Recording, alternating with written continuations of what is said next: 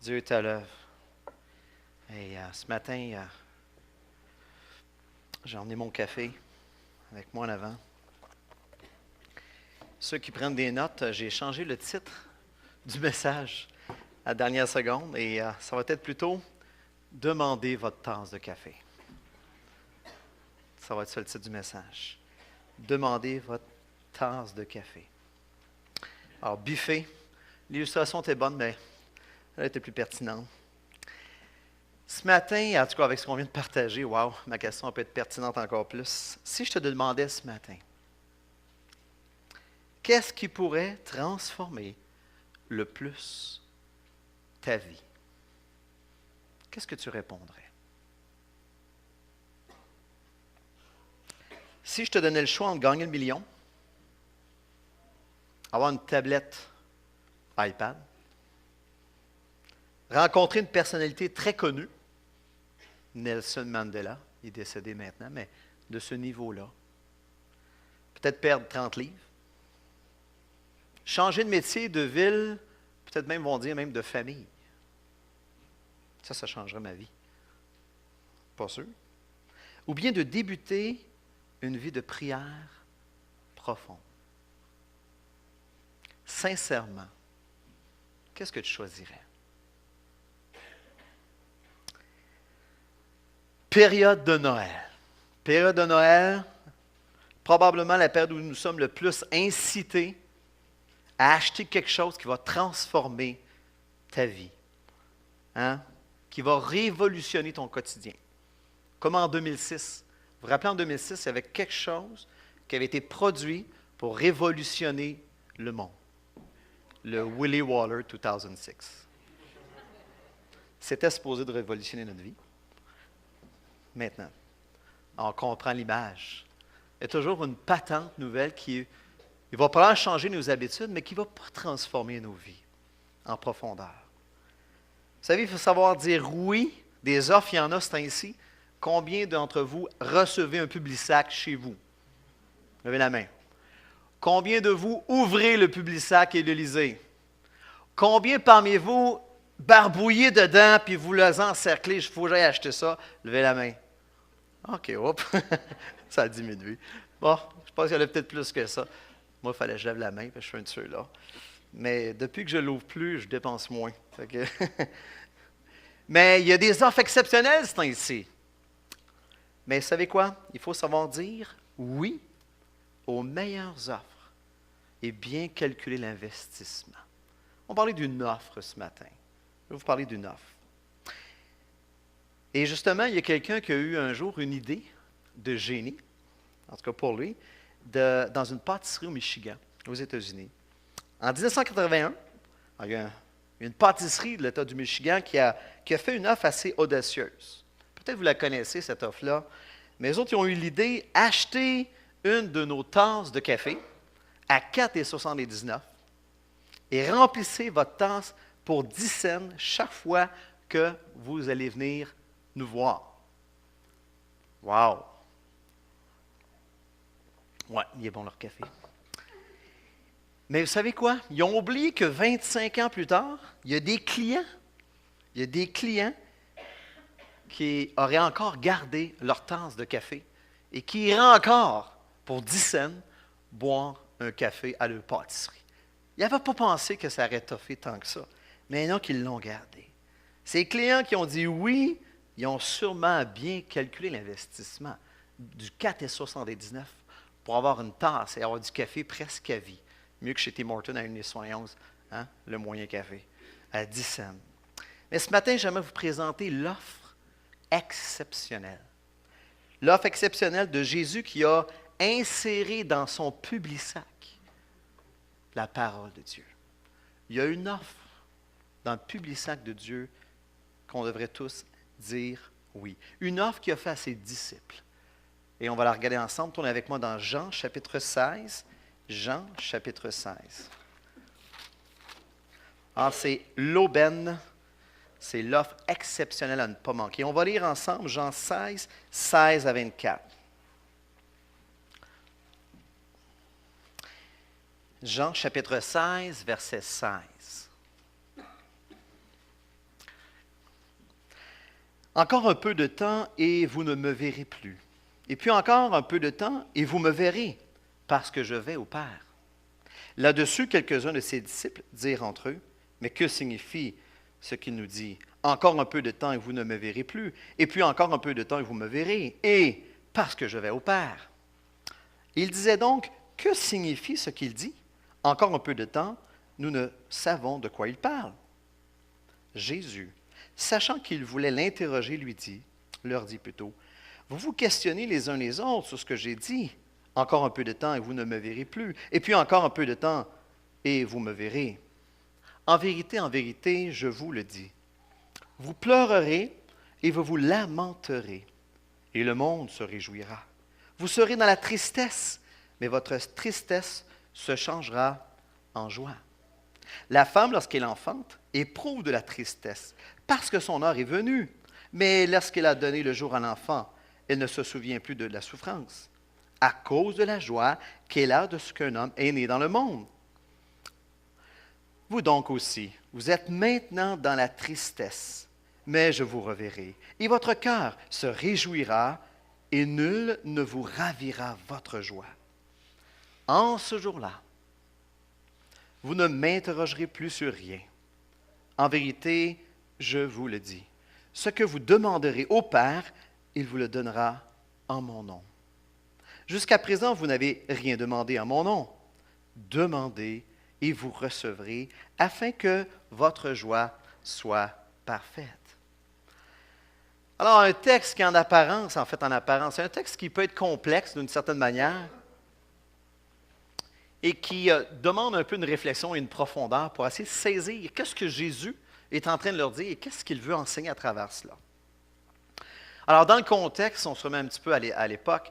Alors, ils sont tous dans la chambre haute, c'est le souper de la veille de la Pâque, et ils sont ensemble, les disciples. Et Judas, on recule au chapitre 13, versets 30-31. Alors, Judas vient de quitter le groupe. Il vient de quitter pour accomplir son plan de trahison, on pourrait dire satanique.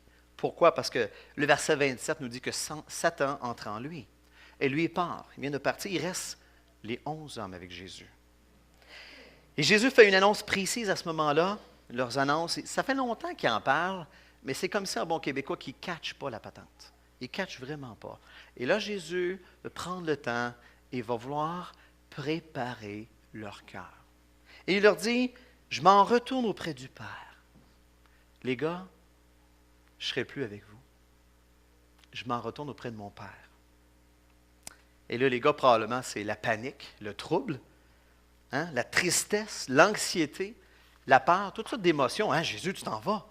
Il semble qu'ils commencent à comprendre un peu plus que là, Jésus, il s'en va. Je m'en vais. Et ce qui est intéressant, dès le départ, je suis au chapitre 13 ici, rapidement, alors Jésus veut les rassurer, il leur dit, soyez pas tristes, soyez rassurés, soyez pas troublés. Ce que j'aime de Jésus, c'est que, contrairement des fois à moi qui manque de sensibilité, des fois, Jésus, lui, est avec les 11, il annonce son départ, mais il prend le temps de rassurer leur cœur. Il veut vraiment les préparer. Les 11 sont fragiles, et Jésus le sait, comme nous. Moi, je me sens un homme fragile. Même si en apparence, des fois, en avant ou en personne, on peut paraître solide ou ferme, mais en dedans de nous, il y a des fragilités.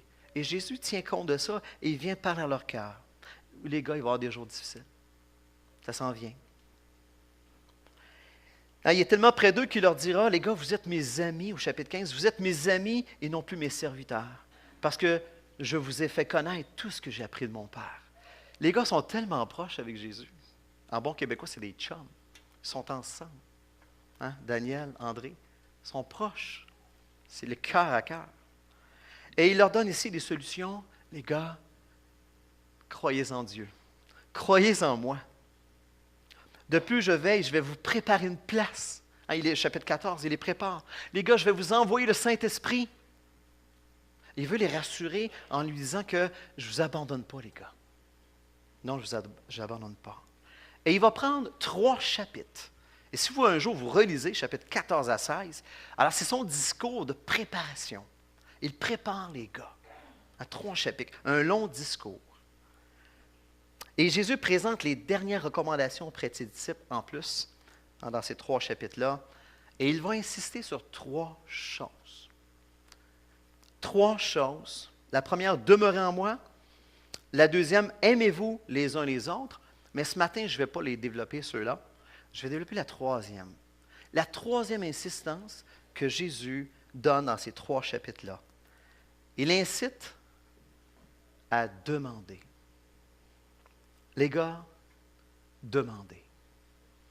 Vous savez combien de fois dans le texte, dans ces 3 chapitres-là, il leur dira 8 fois. Les gars, demandez en mon nom. Demandez au Père en mon nom. Hein, j'imagine quelqu'un qui est dans une conversation dans une soirée, puis il te revient 8 fois avec la même affaire. Hey, oublie pas, hein? Demande-moi. Hey, tu sais ce que je te disais tantôt, là? Oublie pas, tu peux me demander. Alors, 8 fois, Jésus revient durant la soirée. Il insiste. Mais pourquoi Jésus insiste-t-il autant auprès de ses disciples sur le fait de demander avant de quitter le monde? Et c'est la bonne question ici. Pourquoi Jésus insiste tant que ça? Tu sais, quand quelqu'un se prépare à partir, soit à déménager ou même à partir, à rejoindre le Seigneur, il va clouer sur des clous. Et Jésus cloue sur ces 3 clous-là et demander à un de ceux-là. Il y a une mine d'or dans l'insistance de Jésus. Il y a une mine d'or ici que les disciples devraient absolument comprendre avant son départ. Et ce matin, j'aimerais justement vous présenter les raisons qui pourraient, nous, aujourd'hui, 2000 ans plus tard, nous aussi nous pousser à accepter l'offre de Jésus, de demander. Ça fait drôle, hein?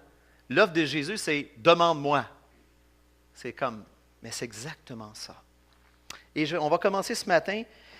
Premièrement, on va regarder un aspect doctrinal, la raison fondamentale. La première raison pour laquelle Jésus leur dit ça, c'est parce que j'aurai un ministère maintenant de médiateur. Je vais accomplir un acte de médiation pour vous, et ça jusque dans l'éternité, jusqu'au ciel. Et on va voir ça en détail. Et juste avant d'arriver là, pour enfiler sur l'idée d'avant, on peut facilement voir que je pense qu'il y a des gens qui ont compris l'insistance de Jésus de demander. Il y a des gens qui l'ont compris, et je pense que des gens parmi nous qui n'ont pas encore saisi tout à fait la profondeur de l'idée de demander dans les Écritures. On dirait que les vrais intercesseurs ont compris quelque chose que d'autres n'ont pas compris. Pourquoi certains passent-ils plus de temps dans la prière que d'autres? Ou placent-ils une priorité sur l'intercession et d'autres moins? Il y a un jour, peut-être vous connaissez cette histoire-là, mais je la trouvais pertinente ce matin. Il y avait un président d'une grande compagnie qui voulait venir parler à son gérant de l'usine concernant une question qui était urgente. Mais là, la secrétaire qui était devant lui, la secrétaire du gérant lui dit « Désolé, on ne peut pas le déranger. Il est en conférence comme tous les jours à cette heure-ci. Il est en conférence. » Mais le président ne s'arrêtait pas là. Il dit « Dites-lui que le président demande à le voir. » Lui il insiste « I'm the president. » Et d'un ton ferme, la secrétaire répond, c'est rare, une secrétaire qui tient ferme, qui tient tête au président de la compagnie, « Désolé, mes ordres sont stricts, monsieur. Je ne peux pas le déranger quand il est en conférence. » Et là, le président se met en colère. Il tourne le dos à la secrétaire et il ouvre la porte du bureau du gérant. Et après avoir jeté un coup d'œil à l'intérieur, il sort de reculons en disant « Je suis désolé. Je suis désolé. » Le président avait trouvé son gérant en conférence avec le Seigneur Jésus, à genoux devant sa Bible ouverte. Ça l'a fait reculer le président. Et ce gérant a certainement saisi quelque chose, peut-être qu'on n'a pas tous encore saisi, mais je pense qu'il vaut la peine d'aller plus loin en profondeur. Alors, dans le texte ici aujourd'hui, Jésus nous donne l'élément convaincant. Et je crois sincèrement que Jésus, ce qu'il essaie de faire ici à ses disciples, et ce qu'il veut faire avec nous ce matin, c'est de nous convaincre de prier, de nous convaincre de demander. Et il insiste avant son départ. Donc, le ministère puissant maintenant de médiation de Jésus nous donne le premier élément convaincant. Versets 16 à 22 qu'on vient de lire. Alors, au début, verset 16, Jésus a fait une déclaration assez assez surprenante, assez mystérieuse. Et je pense qu'elle dit à peu près 4 fois, « Encore un peu de temps et vous ne me verrez plus. Et puis encore un peu de temps et vous me verrez parce que je vais au Père. » Attends un petit peu, qu'est-ce que tu es en train de dire, Jésus? Alors c'est sûr que les gars, après ma barre, ne comprennent pas du tout ce que Jésus est en train de dire. Et on le voit du verset 17 à 18. Ils ne comprennent pas. Et Jésus répond à leur interrogation et met par la suite un peu plus de lumière sur cette énigme-là. Il dit, les gars, il va y avoir un contraste. Il va y avoir un contraste bientôt entre vous et le monde. Vous allez vivre la tristesse, la lamentation bientôt. Vous allez être vraiment dans la déception. Le monde, lui, va se réjouir. De quoi Jésus parle-t-il ici? Il parle de sa mort imminente. Il est en train de dire, les gars, il y a l'épée, les gars, vous allez être perturbés, c'est certain. Mais Jésus, ce qu'il fait, il continue. Il fait l'annonce d'un renversement par la suite. Un accouchement à venir. Il dit, ça n'arrête pas là, les gars. Et il utilise ici l'image d'une femme enceinte qui bientôt ne pense plus aux douleurs subies lors d'un accouchement à cause de la joie que procure la venue du bébé dans le monde. Alors Jésus utilise une image. C'était des gars. Ils ont quand même compris. Alors, ils ont probablement entendu une femme crier dans l'accouchement. Oh, mais quand le bébé arrive, oh wow, la joie. Les douleurs, c'est terminé. Les douleurs, on n'y pense plus. Donc, la souffrance de mon absence disparaîtra, les gars. Et vous serez dans la joie, car j'accomplirai l'œuvre de médiation pour votre salut. Vous allez comprendre, les gars, bientôt. Dans les Écritures, à plusieurs reprises, même dans l'Ancien Testament, le thème de la médiation, la doctrine de la médiation, que Christ est le médiateur, revient constamment. C'est une des images, une des facettes de l'Évangile qui explique l'Évangile, qui nous aide à comprendre l'Évangile. Et toutes les relations entre Dieu et entre la création, et entre donc nous, les créatures de Dieu, doivent nécessairement passer au travers de la personne de Jésus. Pourquoi? Parce que l'efficacité parfaite de Jésus agit autant pour le compte du Père et agit aussi autant pour le compte des hommes. Alors, concrètement, qu'est-ce que ça veut dire?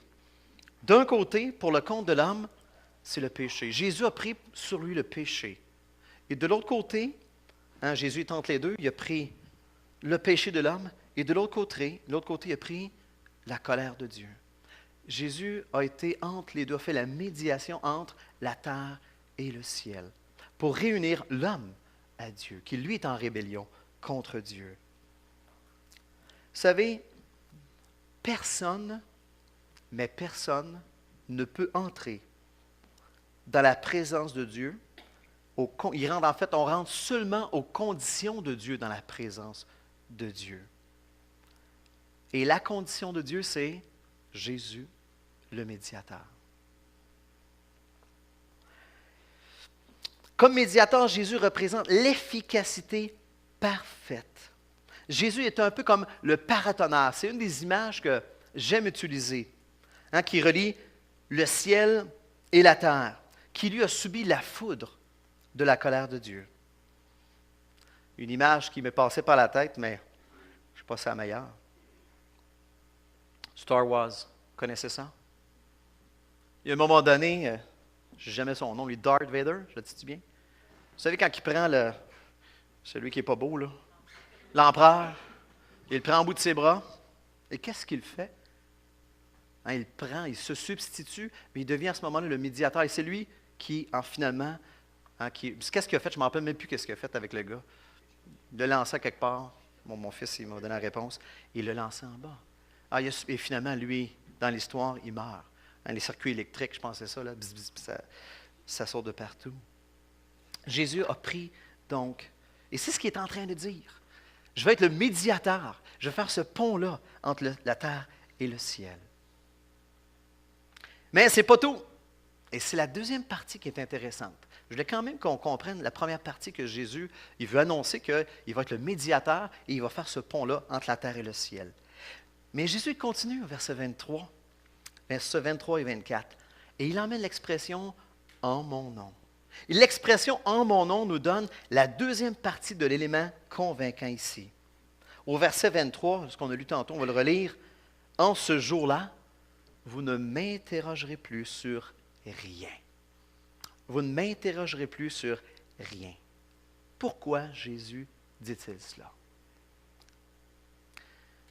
Les gars, ils ont joué d'un privilège extraordinaire. Non seulement d'être avec le Fils de Dieu, Dieu incarné, d'être avec lui pendant 3 ans, mais à toutes les fois qu'ils ont une question ou une demande, « Hey Jésus, pourrais-tu? Hey Jésus, est-ce que tu pourrais m'expliquer? » Ils ont toujours Jésus avec eux pour répondre à leurs demandes et à leurs questions constamment. Ils sont habitués à recevoir directement de Jésus. Mais Jésus leur dévoile qu'en ce jour, qui d'après ma compréhension, certains commentateurs aussi, qui est l'ère inaugurée par la venue de l'Esprit à la Pentecôte, à partir de ce moment-là, il ne serait plus avec eux physiquement pour répondre à leurs demandes, mais en ce jour-là, ils auraient le privilège de s'adresser au Père, qui répondrait à leurs requêtes à travers lui, en son nom, à travers de sa personne, à travers son œuvre de médiateur. Les demandes seront exaucées, non pas parce que nous sommes dignes, mais parce que le Seigneur Jésus, lui, il est digne. Et Jésus veut nous convaincre que toutes nos questions, tous nos besoins, c'est au Père que nous pouvons les demander, mais dans le nom de Jésus. C'est un nouveau concept.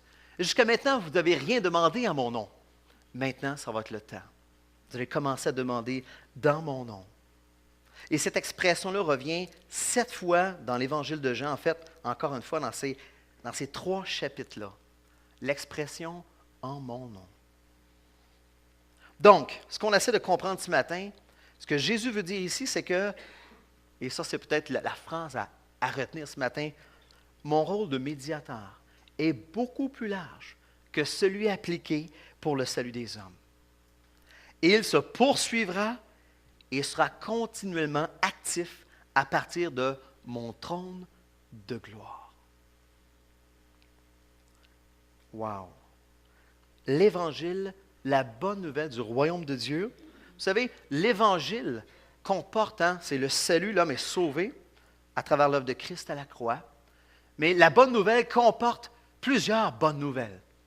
Et le croyant, dans sa marche avec Dieu, apprend et découvre toutes les bonnes nouvelles qui sont les produits de l'Évangile à la base de l'œuvre de Christ à la croix. Et de demander dans le nom de Jésus est une de ces bonnes nouvelles-là. Saviez-vous que comme médiateur, et on l'a chanté ce matin dans un des chants, Jésus joue maintenant le rôle d'avocat auprès du Père. 1 Jean 2. Et il présente aussi nos actes de piété au Père. 1 Pierre 2,5. Et c'est lui qui l'apporte. Et il continue son rôle comme médiateur. Il agit comme représentant auprès du Père pour toutes nos questions et toutes nos demandes. Jésus continue son ministère de médiation de manière très active au ciel. Donc ce matin, Jésus nous dit, « Voici ce que je vais faire au ciel et sur terre pour toi. »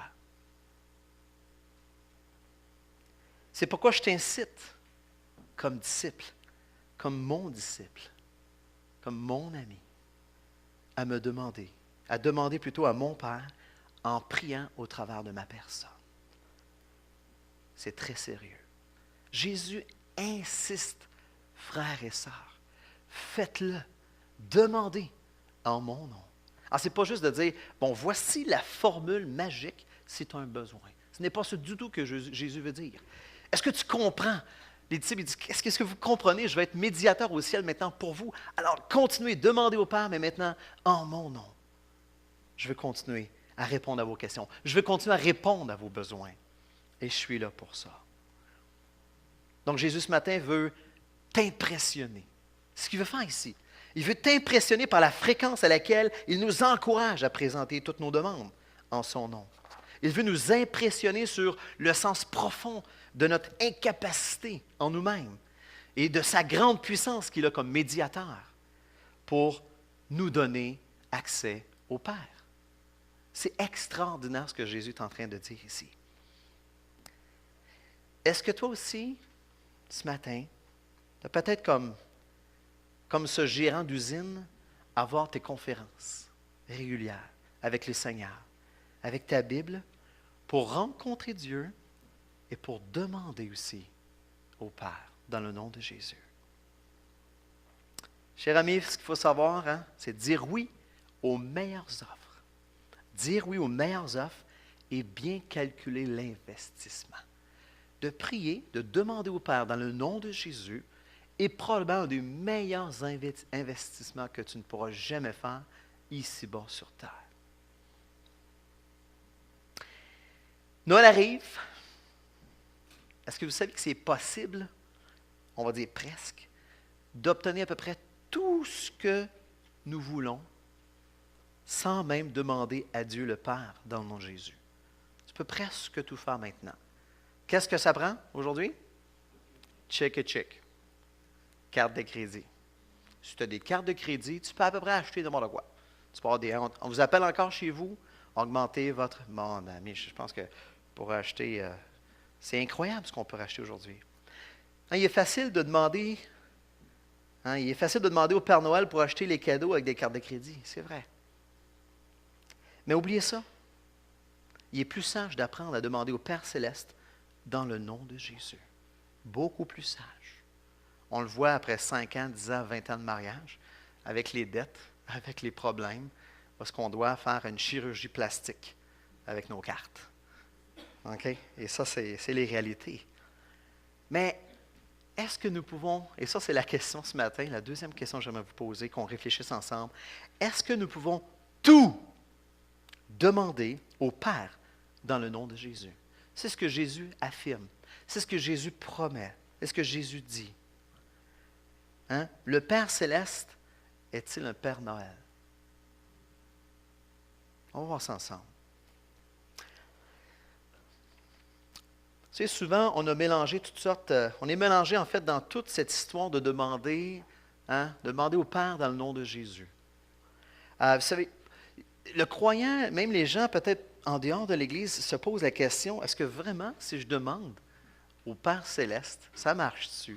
C'est-tu vrai, ça? Même les chrétiens, des fois, c'est un peu comme un poisson. Vous avez déjà été à la pêche? Quand on va à la pêche, le poisson, on sort de l'eau, tu le prends dans tes mains, tu sais, ça glisse dans les mains. Vous avez déjà échappé un comme ça? Alors, quand je vais au maquereau, quand je vais à la truite, à la chigan, alors, ça nous glisse dans les mains. Des fois, j'ai l'impression que la prière, c'est un peu comme ça. On a dit qu'on a de la misère à, voyons, pourquoi que je n'arrive pas à saisir? Vous avez ce sentiment-là, vous aussi? Des fois, j'ai ce sentiment-là. Seigneur, j'ai quelque chose que je n'ai pas encore compris. On dirait que ça ne marche pas toujours. Alors, comment demander au Père de manière équilibrée? Est-ce qu'une manière de demander au Père de manière équilibrée? Et je propose ce matin 3 approches qu'on voit dans les Écritures. 3 approches. Si vous voulez les prendre en note, ça serait bien pour réfléchir à la maison. Premièrement, de demander sans chercher Dieu. Est-ce que c'est la bonne approche? Probablement, ce qui est le plus évident et le plus probablement égoïste qu'il n'y a pas, c'est ça.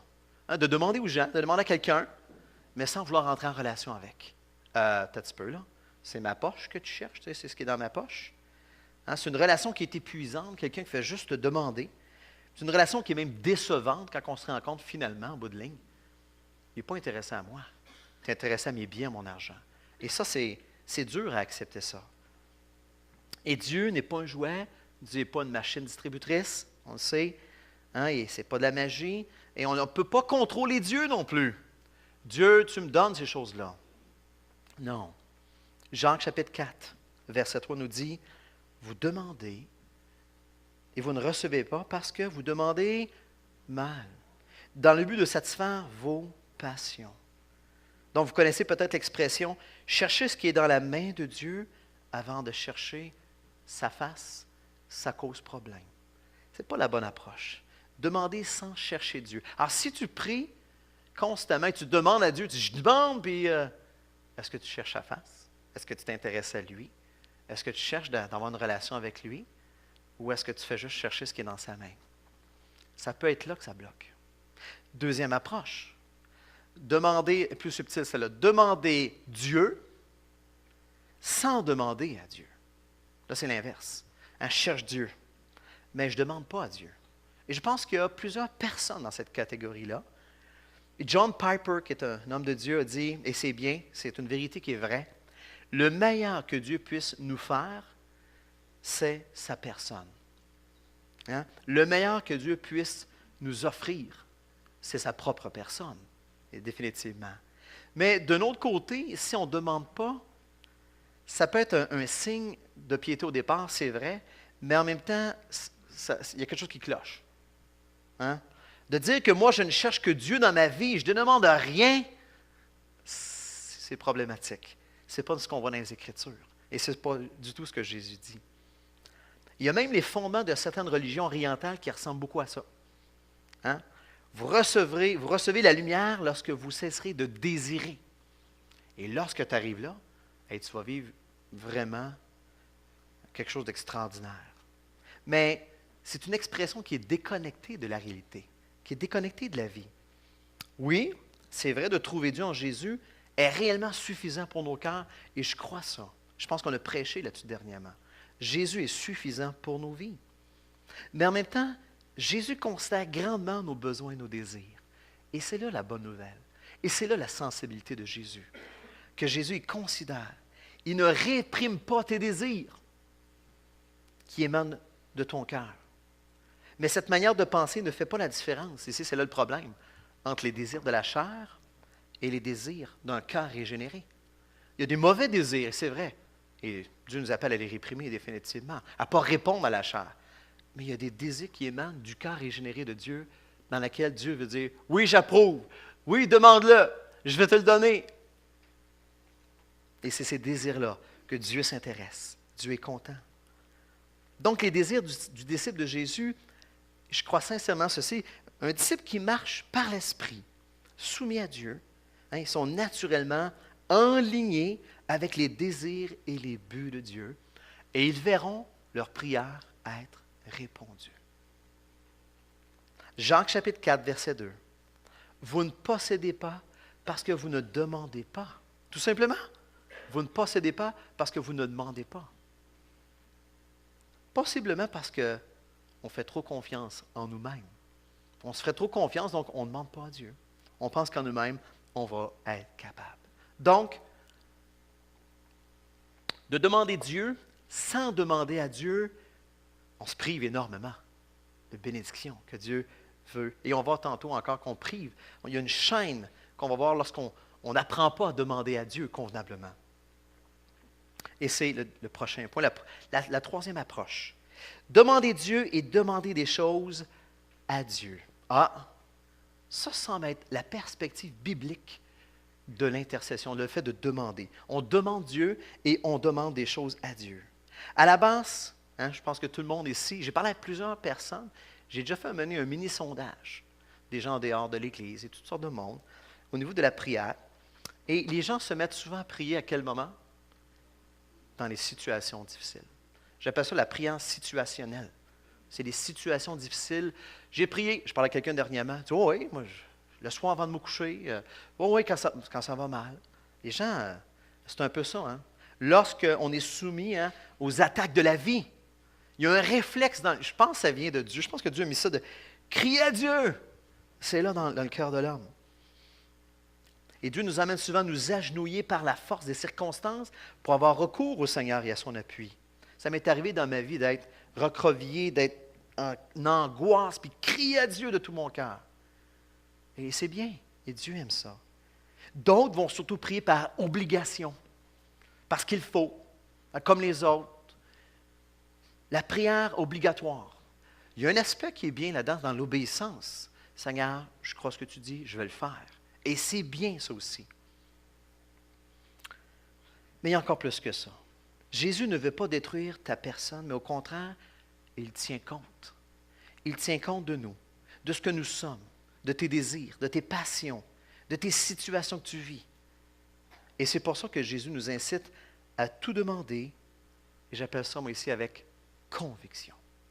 Donc prier par situation, oui, par obligation, oui, il y a des éléments, mais particulièrement par conviction. en s'abandonnant complètement à Dieu, sans exiger à Dieu de faire notre volonté. Et c'est là que ça dérape. Et c'est là qu'on a de la difficulté. Donc, vous pouvez demander, oui, par obligation, par situation, mais vous pouvez expérimenter la prière par conviction, sachant que Jésus considère tes désirs. Les désirs du cœur régénéré, et non pas les désirs de la chair. Il faut savoir dire oui aux meilleures offres et bien calculer l'investissement. Jésus nous fait cette offre-là.